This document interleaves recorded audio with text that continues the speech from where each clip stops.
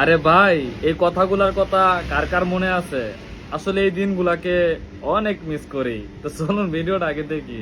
তো বেগুন দিয়ে বেগুনি না খেয়ে আরও যে সবজি সহজলভ্য আছে সেটা দিয়ে খেলেই হয়, আমরা তাই খাই। মিষ্টি কুমড়া দিয়েও খুব ভালো বেগুনি না বানায়, মিষ্টি কুমড়া দিয়েও বেগুনি বানানো যায়, সেভাবে আমরা করি, সেভাবে করা যায়।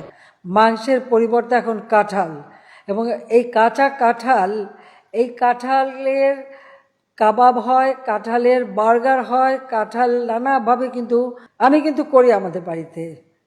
কাঁঠালে কাবাব করি, মাংসের পরিবর্তে কাঁঠালটা দিয়ে আমরা ওই স্বামী কাবাব বানানো বা বার্গার বানানো, কারণ আমাদের এখন অনেকে ভেজিটেরিয়ান হয়ে গেছে। ডিম সিদ্ধ করে আপনি যদি জিপলগে করে ডিপেও রেখে দেন, ডিম ভালো থাকে অনেক দিন। রান্না করার সময় আরামে রান্না করে খাওয়া যায়, ভর্তা করেও খাওয়া যায়। আমরা রাখি, খাই দেখে বলি আর কি। এগুলো তো নিজের থেকে শেখা। এখন থেকে কাঁচামরিচ কিনে রোদে শুকায় রেখে দেন, বর্ষাকালে যখন দাম বাড়বে ওটা কিছু একটু পানিতে রাখলে কিন্তু আবার তাজা হয়ে যায়, আবার রান্না করে খাওয়া যায়। সহজ বুদ্ধি। টমেটো, অতিরিক্ত টমেটো হয়েছে বলছে কি করব, আমরা রোদে শুকায় রেখে দেন। পেঁয়াজ ছাড়াও কিন্তু রান্না হয়।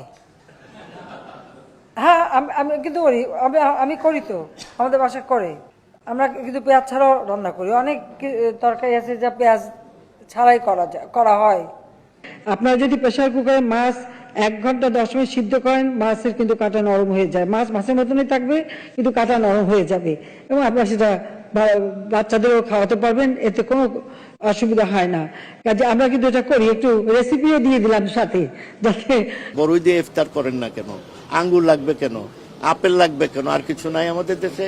পেয়ারা দেন না, সবকিছু দেন, প্লেটটা ওইভাবে সাজান।